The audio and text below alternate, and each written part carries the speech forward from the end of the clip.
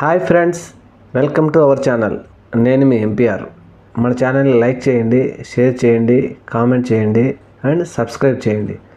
ఈరోజు మన ముఖ్యమంత్రి నారా చంద్రబాబు నాయుడు గారు ఆంధ్రప్రదేశ్లో సామాజిక పెన్షన్లు ఒక బృహత్తరమైన కార్యక్రమంగా మన ముఖ్యమంత్రి గారు మాత్రమే చేసినట్టుగా దాని గురించి పెద్దగా ఆయన ముఖ్యమంత్రి గారు, మంత్రులు గారు, ఎమ్మెల్యేలు, లోకల్ కార్యకర్తలు, తెలుగుదేశం వారు అందరూ ఒకటేదో కార్యక్రమం లాగా చేశారు. మంచిదే, సంతోషించాలి. అయితే ఇక్కడ ఒక విషయం మరి మన వాళ్ళు మర్చిపోయారా లేకపోతే ప్రజలు మర్చిపోయారో తెలియదు. 2024 సార్వత్రిక ఎన్నికల క్యాంపెయిన్లో చంద్రబాబు నాయుడు గారు ఇచ్చిన హామీలు ఏంటి? సూపర్ సిక్స్లో సిలిండర్లు, తర్వాత ప్రతి మహిళకు 1500, తర్వాత ప్రతి నిరుద్యోగికి 3000, తర్వాత ఇలాగే ఇంకా మొత్తం ఇచ్చిన సూపర్ 6 పథకాలన్నీ, అన్న క్యాంటీన్లు కానీ ఇంకా ఇలాంటివన్నీ, వాటి గురించి ఒక్క మాట అయినా కూడా చంద్రబాబు నాయుడు గారు చెప్పలేదు. మరి ఇదిగోండి, మనం పలానా రోజు నుంచి మేము సూపర్ 6లోని పథకాలు స్టార్ట్ చేస్తున్నామని కానీ, మహిళ తల్లికి వందనం ఇంట్లో ఎంతమందికి ఉంటే అంతమందికి మేము ఇస్తామని చెప్పి నిమ్మల రామానాయుడు గారు, ప్రస్తుతం ఉన్నటువంటి రామానాయుడు గారు ఇంటింటికి వెళ్ళి తల్లి నువ్వు అంటూ ఇంతమందికి ఉంటే అంతమందికి ఇస్తామని చెప్పారు.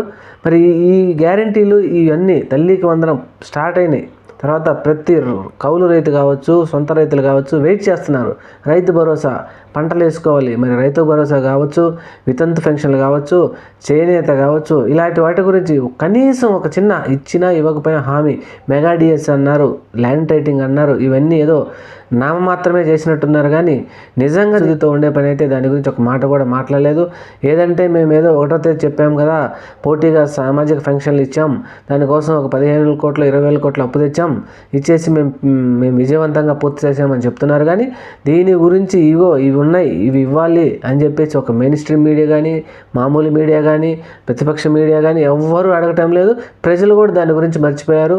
ఒక ముఖ్యమంత్రి గారు వచ్చి మా చేతికి 7,000 పెన్షన్ ఇవ్వగానే ఓ అని చెప్పి భారతదేశం మొత్తం చెప్పుకుంటున్నారు. కానీ అలాగే రామానాయుడు గారు వెళ్ళి ఒక అమ్మ కాళ్ళు కడిగి పెన్షన్ చేతుల్లో పెట్టగానే ఏదో ఒక తెలుగుదేశం పార్టీ మాత్రమే ఈరోజు ఇచ్చింది ఈ పెన్షన్ అన్నట్టుగా అందరూ తెగ ఫీల్ అయిపోతున్నారు. అసలు పెన్షన్లు ఇచ్చింది ఎవరు? పెన్షన్కి రాజకీయానికి సంబంధం ఏమిటి? అసలు రాజకీయమే పెన్షన్ చేస్తున్నారా లేకపోతే పెన్షన్ రాజకీయం కోసం చేస్తున్నారా? ఇదేంటిది? దానికి ఎందుకు ఈ రంగు పులమాలి? ఇది కరెక్ట్ కాదు.